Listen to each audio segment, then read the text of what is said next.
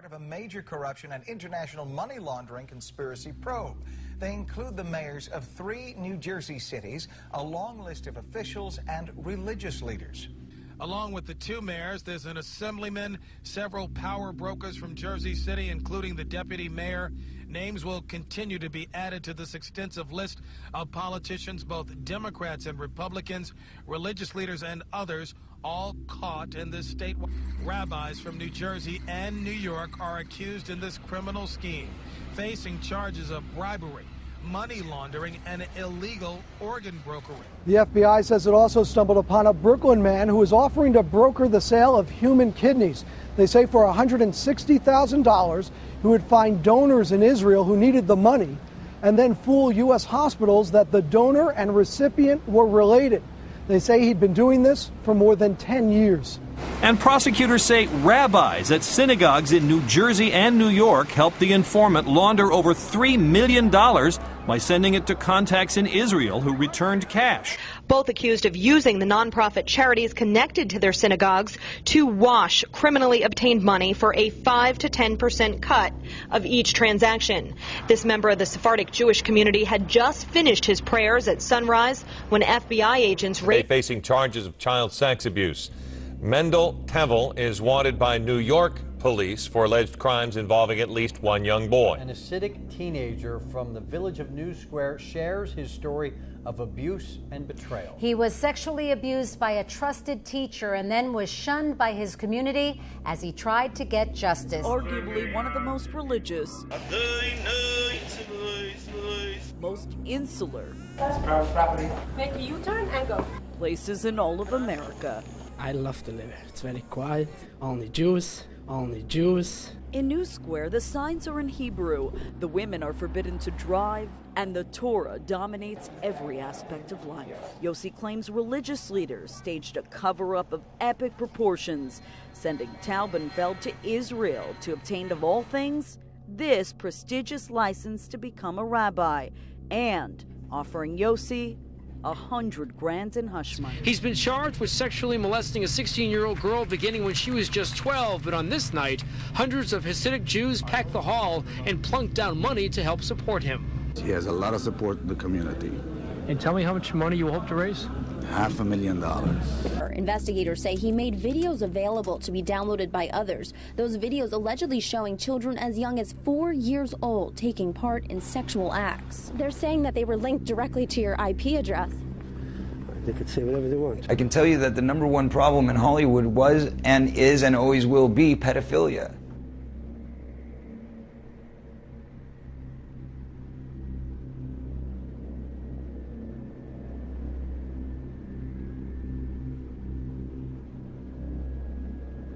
That's the biggest problem for children in this industry. The casting couch even applies to children. Oh yeah. Not in the same way. It's all done under the radar. Nobody talks about pedophilia. It's the big secret. And it's widespread? Oh yeah. I was surrounded by them when I was 14 years old. Surrounded. Literally. Hollywood is run by Jews. It's owned by Jews. It wasn't until I was old enough to realize what they were and what they wanted and what they were about and the types of people that were surrounding me till I went, oh my God, they were everywhere like vultures. There was a circle of older men that surrounded themselves around this group of kids. And they all had either their own power or connections to great power in the entertainment industry.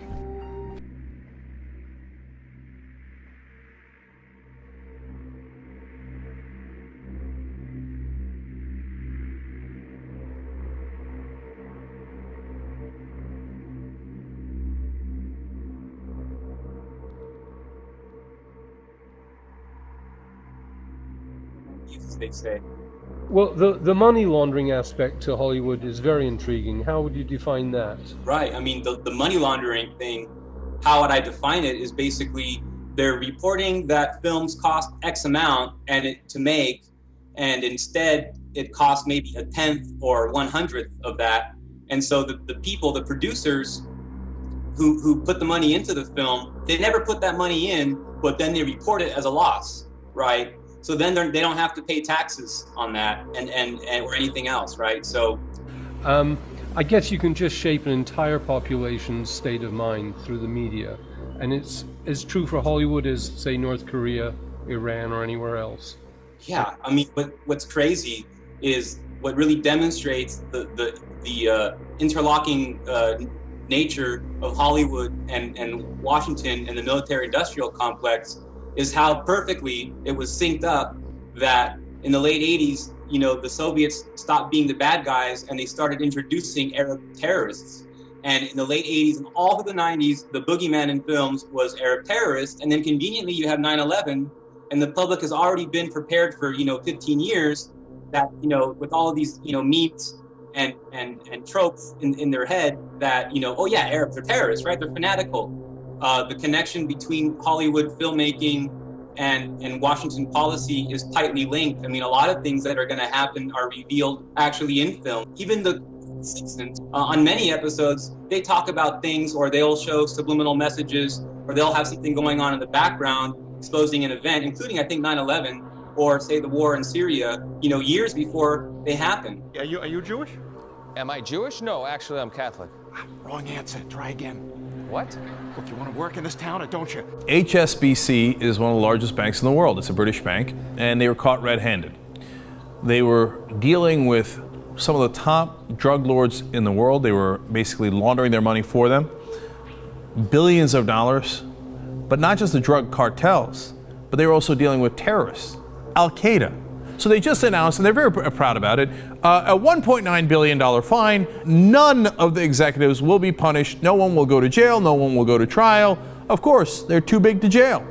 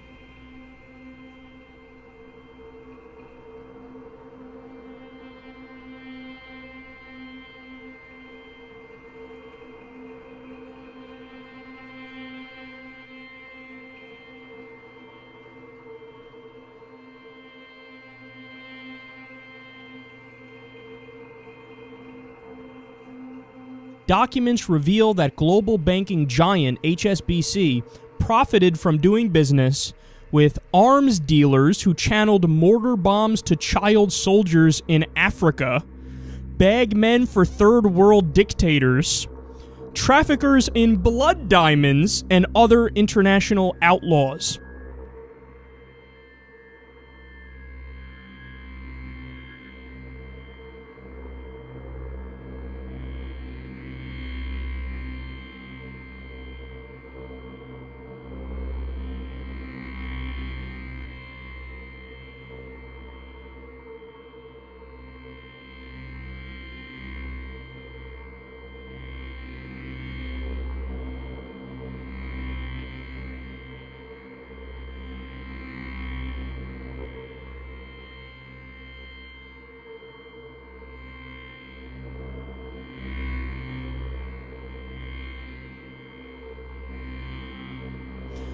They ended up doing business with Al-Qaeda.